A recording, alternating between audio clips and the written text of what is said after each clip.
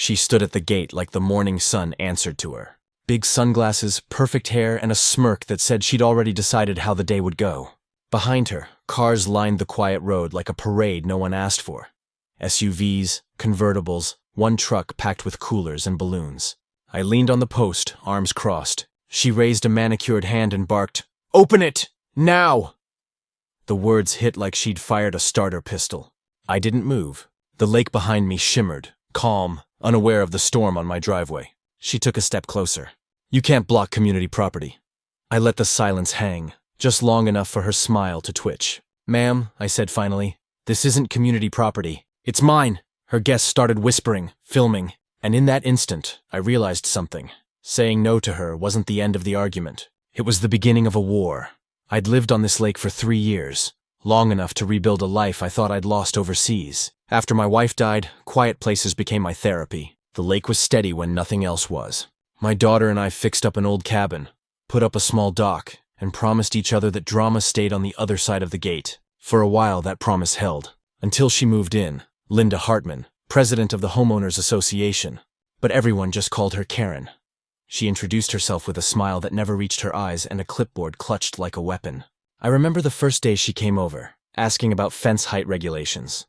I told her politely the same thing I'd tell her again later. "I'm not part of your HOA." She laughed, like it was a joke I'd regret telling. Over the months, she tried small things. Notes about trash bins, questions about the dock, reminders that community standards applied to everyone. I ignored most of it. My property was outside her lines. I'd checked before I bought it. Still, she couldn't stand the idea of land she couldn't control. The fake notice arrived one Friday afternoon, slid under my door like a threat dressed in legalese. Mandatory lake access for community event. Compliance required. I almost admired the effort. The letterhead looked real, complete with the HOA seal and her signature scribbled at the bottom. My daughter Ellie found it first. "Dad, are we supposed to do this?" she asked, worry creasing her brow. I smiled. "No, sweetheart. Some people think rules give them power. We'll let them believe it." A week passed quietly. Then Saturday came, music echoing from somewhere up the hill, voices, laughter. When I stepped onto the porch, the road shimmered with sunlight and exhaust. Cars, one after another, turning down toward my gate. It took me a second to realize they were all following her. She strutted ahead of them like a general leading troops. Folding tables and coolers appeared, hands carrying trays of food. Ellie peeked out from behind the screen door. "Dad, what's happening?" "Nothing we can't handle," I said. But my gut told me otherwise. Linda stopped right in front of the sign that read private property. She didn't even look at it. "Open up," she said. "The event starts in 10. I stayed still. "What event?" "The HOA summer celebration. The residents voted for lake access, and you're blocking it." Her tone carried the confidence of someone used to getting her way. I almost laughed. "There's no vote that changes my deed." "Don't start with that again," she snapped. "The lake belongs to everyone. Not this side." Her face flushed pink. "I'm giving you one last chance before I call the police." I pulled my phone from my pocket, camera already recording. "Then let's both make calls." Her eyes narrowed. Behind her, guests murmured. She turned, announcing, "He's threatening us." I didn't move an inch. My voice stayed level. "You're trespassing, Linda. Please take your people and go." The calmness seemed to infuriate her more than yelling would have. She started counting under her breath. 10, 9, 8, as if numbers could intimidate me. When she hit one, nothing happened. That's when she barked over her shoulder. "Someone dial 911. Ellie's small face appeared again in the window, fear flickering there. I gave her a nod. "Stay calm." I'd seen worse than this in places where the stakes were life or death. Still, something about this felt personal. Maybe it was because this land was the one thing I'd built from scratch. The one corner of the world I could finally control. And now a stranger in heels was trying to take that piece away. The sirens didn't wail. Instead, 2 patrol cars rolled up quiet, blue lights washing across the trees. The officers stepped out, hands resting easy on their belts. I'd met one of them before, Deputy Marks. He nodded slightly, the kind of greeting that says, "I remember you, but let's keep this professional." Linda practically ran to him. "Officer, arrest him! He's blocking community property!" Her voice cracked from effort. Guests crowded behind, phones up like a press line. Marks turned to me. "Afternoon, sir. What's going on?" I handed him my ID steady. "Private property dispute. This land isn't under HOA control." I pointed to the metal sign welded to the gate and the corner marker where my boundary line started.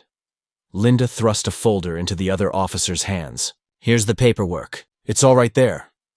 I caught a glimpse of the HOA logo, the pages printed from a home computer. Marks flipped through, frowned, then looked at me again. You got proof of ownership? I reached into my jacket pocket, unfolded the photocopy of the deed. My name, my signature, the county seal. He read it, nodded once, then turned to her. Ma'am, looks legitimate. Her voice pitched higher. You don't understand. I'm the HOA president. This is community land. Marks shook his head. The HOA doesn't extend past lot 12. His parcel's 13. He's outside your jurisdiction. For a moment she just stood there, eyes darting between the officers and me. The crowd murmured, the confidence bleeding out of her stance. Finally, Mark said, We're leaving this as a civil matter. Ma'am, please clear the road. Then they were gone, gravel crunching under their tires. The quiet that followed was sharp enough to cut. Linda stared at me, lips trembling but not from fear. You'll regret this, she hissed. You think wearing a uniform once makes you untouchable? That line hit harder than it should have. She'd done her homework. I didn't respond. There was nothing to say. She spun on her heel and stalked back to her people. For a second, I thought it was over. I was wrong. They didn't leave. Instead, her guests started unloading again. Tables, speakers, grills. Country music blared, the kind with heavy drums and shallow lyrics. The smell of charcoal drifted through the fence. Ellie opened the door behind me. Dad, can she do that? No, I said, keeping my voice even. But she's about to find out how bad an idea it is. I walked back to the porch, opened the laptop connected to my security cameras. Every angle of the gate, every word, captured. She didn't know about the new mic I'd installed last month. I labeled the files carefully. Unauthorized entry, threats, false claim to officers. When I came back out, the road had turned into a block party. Loud laughter, clinking bottles, smoke rising. They were deliberately close, just outside the fence line. Technically off my soil, but fully in my space. I stood there watching. Sometimes silence unnerves louder people more than shouting ever could. Linda caught my eye through the mesh gate. She raised her glass, smirked. Lighten up, soldier boy. It's a community celebration. Her guests laughed too hard, the sound forced. I didn't answer. I simply walked back inside. 10 minutes later, my phone buzzed. A text from Marks. Keep your footage. I'll note the incident. Short, efficient. I replied with a thumbs-up emoji. Through the window, I saw Ellie sitting cross-legged on the couch, headphones around her neck, watching the chaos. They're really not leaving? She asked. Not yet. Are you going to make them? I smiled a little. Eventually, I waited. Sometimes that's all you need to do. Wait for loud people to trip over their own noise. The music got louder. Someone started a bonfire in a portable pit. Sparks floated against the twilight. I recorded another clip, sent it to my old friend in the sheriff's office with a short message. Need a quick look at this. HOA trespass. He answered almost instantly. On it. I'll call county code enforcement. Linda's voice cut through the music. Come on, everyone! Let's show Mr. Private Property what community spirit looks like. More laughter. She was desperate to turn humiliation into control. It would have been funny if it hadn't been happening 20 feet from my daughter's window. I took a long breath, trying to steady the mix of anger and pity inside me. I didn't move, didn't shout, didn't threaten. I just waited for headlights. They arrived faster than I expected. 3 white pickups cresting the hill, county seal gleaming on the doors. The music faltered, then died. People turned. Linda's smile froze. The lead officer stepped out first, clipboard in hand. Evening, folks, he said evenly. We've had reports of an unauthorized gathering blocking access. That's impossible, Linda snapped, trying to regain command. We're on community land. He checked his notes. According to county records, this stretch belongs entirely to Jake Miller. He looked at me. That correct, sir? Yes, sir. Appreciate your patience. He turned back to her. Ma'am, I'm going to need everyone not listed on this deed to move back to the main road. The crowd hesitated, unsure who to obey. I could see the shift. The moment they realized she wasn't the authority she claimed to be. One by one, they began packing. Folding chairs clattered, coolers slammed shut. The grand party crumbled in minutes. Linda didn't move. She stood by her table, fingers gripping the edge, knuckles white. Her voice dropped to a whisper, trembling but furious. You think you've won? I walked closer to the gate, met her eyes through the metal bars. There's nothing to win, Linda. There's just right and wrong. She blinked fast, fighting tears that weren't about sadness, but pride. You have no idea who I am. Maybe not, I said quietly. But everyone here just saw who you're not. The county trucks began to leave, the last of her guests trailing behind in silence. The sun had dipped low, turning the lake gold. Ellie stepped out onto the porch, her camera still in hand. She didn't say anything. She didn't have to. When the last engine faded into the distance, I looked at her and said, "It's over for tonight." She nodded, slipped her hand into mine. The warmth of her small fingers steadied me more than any victory could. But deep down, I knew this wasn't the end. People like Linda don't quit after losing in public. They regroup. They scheme. The quiet that settled over the water felt temporary, like the pause between waves before the next one hits. Still, for that moment, I let myself breathe. The air smelled of smoke and pine. Somewhere across the lake a loon called, lonely and distant. Peace had returned, thin and fragile, but it was mine, at least for now. The lights from the county trucks had barely faded when my phone buzzed again. A text from Deputy Marks. "Keep the cameras rolling. She won't let this go." I stared at the screen for a long second, feeling the truth in those 8 words. The night was still, the kind of silence that carries its own tension. Somewhere out on the road, an engine started, idled, then shut off. I locked the door, checked the window locks, and tried to convince myself that I was just being cautious, not paranoid. Ellie had fallen asleep on the couch, her sketchbook open beside her. She'd drawn the lake, the fence, the gate. In the corner, she'd scribbled tiny stick figures, one tall, one small, holding hands. I tucked a blanket over her shoulders and stood by the window, watching the reflection of the moon on the water. For a moment, the world looked peaceful again. The next morning, tire tracks scarred the gravel road like claw marks. My mailbox door hung open, the metal bent slightly. Inside was an envelope without postage. I didn't have to read the letter to know who it was from, but I read it anyway. Notice of violation. Failure to comply with HOA cooperation agreement. I actually laughed out loud. There was no such agreement. It didn't exist. The only thing real about it was her signature, big and angry, stamped across the bottom. I walked down to the gate, kicked at the dirt. The smell of burnt charcoal still lingered from last night's party. On the other side, a single paper plate lay in the weeds, smeared with frosting. The whole scene felt like a battlefield after a retreat. Quiet, messy, unfinished. By noon I saw her car again. Same white SUV, spotless, glinting in the sun. She didn't step out right away. She sat behind the wheel, staring through the tinted glass at my house. Finally, she rolled down the window. "We need to talk." I stayed where I was. "About what?" Her voice was tight. "About what happened yesterday. You embarrassed me, Jake." "I didn't do anything," I said. "You brought 50 people to someone else's property. That's not how this community works." She opened the door, heels clicking on the gravel. "You made me look like a fool in front of everyone." "Then stop acting like one," I said before I could stop myself. The words hit her like a slap. For a second, she just stood there, lips pressed together. "You think you can hide behind your cameras and your little piece of paper, but you can't stop progress. This neighborhood is growing. The lake needs to be shared. Buy your own dock," I told her. Her eyes hardened. "You're going to regret this. You'll see." She got back in the car and drove off, leaving a thin trail of dust that hung in the air long after she disappeared.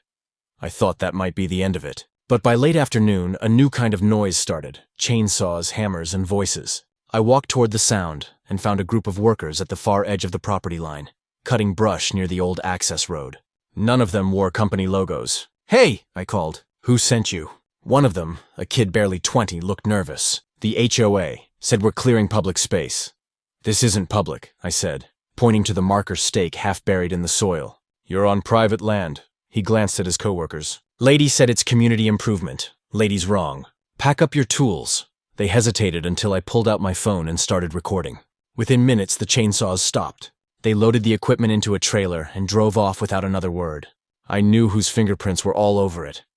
That night, I compiled every clip, every photo, every fake notice into one folder. I sent copies to the county office, another to my friend at the sheriff's department, and one to my lawyer, who owed me a favor from back when I helped him rebuild his cabin roof. His reply came fast. "Sit tight. I'll handle the paperwork. Don't engage again." But people like Linda don't understand restraint. 2 days later, the HOA Facebook group exploded. Screenshots landed in my inbox from neighbors I barely knew. Posts accusing me of threatening behavior, of endangering residents, even of brandishing weapons. None of it was true, but lies travel faster than proof. My phone buzzed nonstop. Texts from numbers I didn't recognize. Half of them insults, the other half threats thinly disguised as advice. Ellie read one over my shoulder before I could close the screen. "Dad, why are they saying you're dangerous?" I knelt down beside her, Because some people get scared when they can't control others. But we know the truth, right? She nodded, though her eyes were wet. I hate them. Don't waste hate, I said quietly. It eats the person who holds it. We spent the next few days staying inside more than usual. The house felt smaller with the blinds closed, the lake quieter than I liked. Still, I waited. I wanted every move she made to be documented, every line she crossed to be one she couldn't step back from. On the 5th day, an official envelope arrived, from the county, this time genuine. Inside was a complaint filed by the HOA claiming unauthorized fencing and obstruction of public access. My lawyer called within an hour. Don't panic, he said. They're trying to drag you into a hearing. It won't stand, but we'll need to show clear evidence. Got plenty, I told him. That evening, the sun dipped behind the hills, turning the lake into molten gold. I sat on the porch with a cup of coffee gone cold, watching the water ripple. Then headlights appeared again. One car, not the usual caravan. I recognized it instantly. She stepped out slowly this time. No clipboard, no sunglasses, just tired eyes and a tight smile. Can we talk? Talking hasn't worked well for us. She looked around, maybe checking for cameras. I went too far, she said softly. The others pushed me. They wanted access to the lake, and I let it get personal. It sounded rehearsed. Still, I stayed silent. I can fix this, she continued. We can make a new agreement. You let us use the gate for events, just a few times a year, and the HOA drops the complaint. I studied her face. No, she blinked. No? You lied? You forged letters. You called cops and sent workers onto my land. There's no agreement left to make. The softness vanished. You're making a mistake. Maybe, I said, but it's mine to make. Her voice turned sharp again. You think this is over because you filed some complaint? I know people downtown. I can make life difficult. I took a step closer to the gate. Then you'd better hurry. The county hearing's tomorrow morning. Her eyes widened for just a second before she masked it with a sneer. You'll regret this. She spun and marched back to her car. Gravel sprayed as she sped off. The next morning, I dressed like I was going to war. Pressed shirt, neat hair, calm eyes. Ellie hugged me before school. Win, she whispered. At the courthouse, my lawyer and I presented everything. The videos, the fake notices, the recordings of her shouting, even the footage of the workers clearing brush. It didn't take long. The board dismissed the HOA complaint unanimously and referred the matter to the district attorney's office for potential fraud. By the time I drove home, word had already spread. A few neighbors waved. One stopped me at the gas station, shaking his head. Never seen anyone stand up to her like that, but the victory felt hollow. I knew she wasn't done. That evening, as I walked down to the gate to check the lock, something glinted in the gravel. A metal badge, small and worn. When I picked it up, I realized it wasn't real. A cheap knockoff, but it carried the county emblem, the same one from the fake paperwork. My stomach dropped. She was escalating again, and this time she'd chosen a dangerous route. I pocketed the badge, turned toward the house, and saw a figure standing at the edge of the trees. Too far to recognize, but tall, still, watching. I called out, but whoever it was melted into the shadows. The air felt heavier than it should have. I locked the gate, double-checked the camera feed, and sat up late going through files again. Every noise outside made me tense. Ellie slept upstairs, unaware. I promised myself that whatever came next, I'd keep her safe. When dawn finally broke, pale light spilling over the lake, I felt something shift, like the calm before a final storm. The badge stayed on my desk all night. I kept turning it in the lamplight, trying to decide if it was a threat or just another prop in her show. Either way, it meant she'd crossed into something dangerous. At sunrise, I drove into town.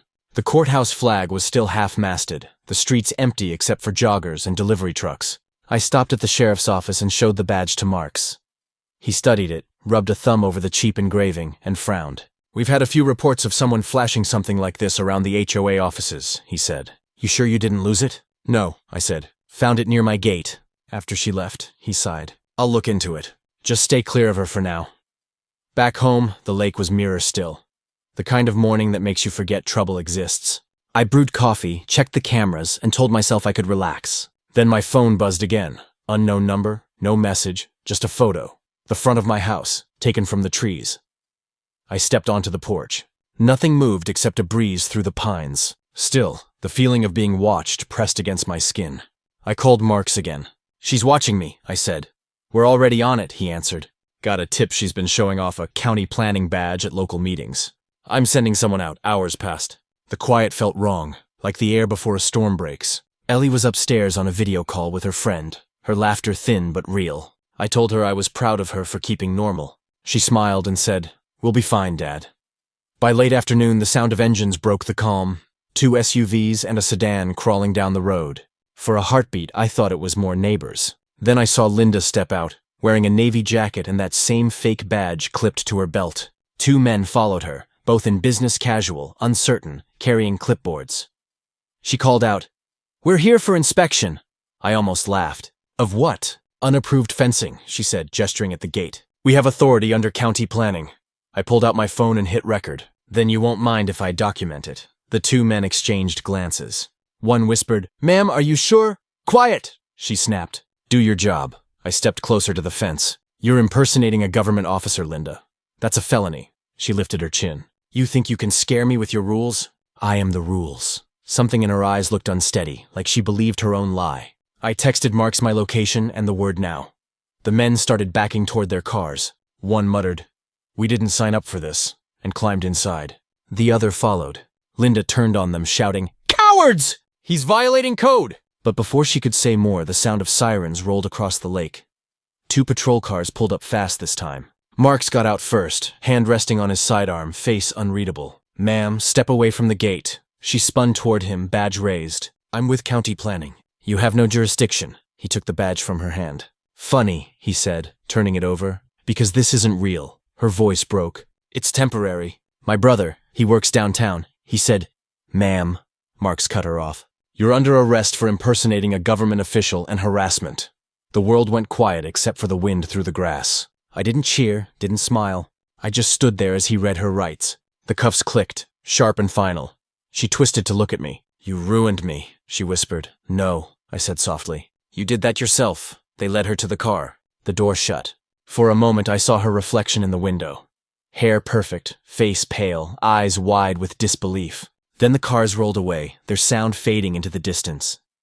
Ellie came running from the house, barefoot on the gravel. "Is it over?" "Yeah," I said. "It's over." She looked up at me, uncertain. "For real this time?" "For real." We walked to the water's edge and watched the ripples spread from a fish jumping near the reeds. The sun dipped low, the air cooling, the sky turning that soft orange that makes everything look forgiven. I thought about the years overseas, about the noise of engines and orders and the promise I made when I came home. Never fight unless you have to. Today, I realized that keeping peace sometimes means standing so still that chaos runs out of breath. Ellie leaned against my arm. "You think she'll come back?" I shook my head. "People like that don't come back. They just look for someone else to push around." She was quiet a moment. Then she said, "I'm glad you didn't yell. You always stay calm." "Because yelling's easy," I told her. "Doing the right thing is hard. It's quieter, but it lasts longer." We stayed there until the last light slipped behind the hills. The lake mirrored the sky, smooth and endless. For the first time in weeks, I felt the weight lift off my chest.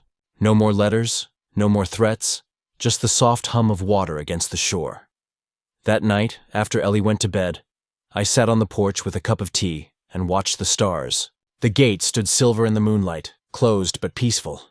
I thought about everything she'd tried to take: space, silence, dignity, and how none of it could be stolen if you refused to hand it over. Maybe that's what ownership really means.